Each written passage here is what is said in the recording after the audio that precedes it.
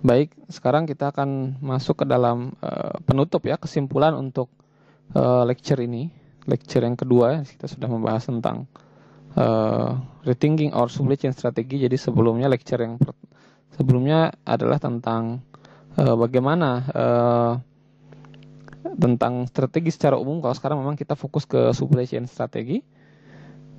Jadi ada beberapa poin ya yang sebenarnya sudah kita bahas.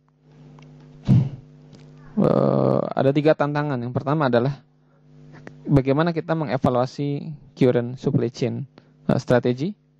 Ya, kita mengcapture supply chain yang strategi yang sekarang. Kemudian kita buat dia lebih jelas, terartikulasi dengan jelas. Bisa jadi top down, bisa jadi bottom up. Kalau top down kita akan selalu menanya how. Kalau bottom up kita menanya why. Kenapa. Kalau top down how, bagaimana. Sampai akhirnya berbentuk strategic map begitu ya. Functional strategic map. Kemudian yang seperti ini yang sudah kita buat ini. Begitu. Kemudian kita evaluasi ya menggunakan kriteria. Kalau masih ingat sebelumnya ada kriteria, sebentar ya,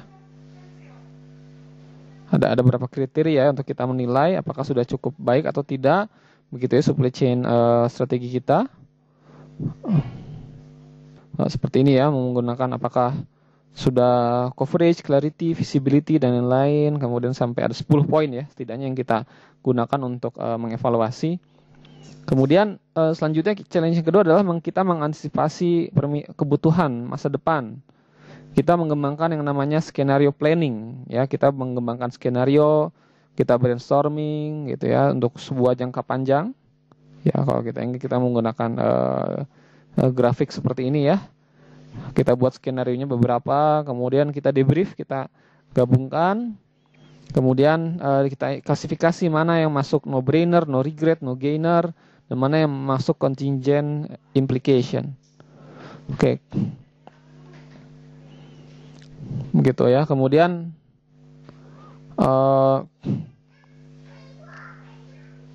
selanjutnya adalah kita masuk ke tantangan yang ketiga, yaitu crafting a new strategy, membuat strategi yang baru begitu. Kita progressive formulation proses ya, kita menggunakan metode progresif. Oke. Kita ganti gitu ya strategic map yang sebelumnya sudah kita buat, diupdate sesuai dengan kebutuhan masa depan. Jadi kalau kasus sebelumnya itu adalah contohnya kasus Zara ya.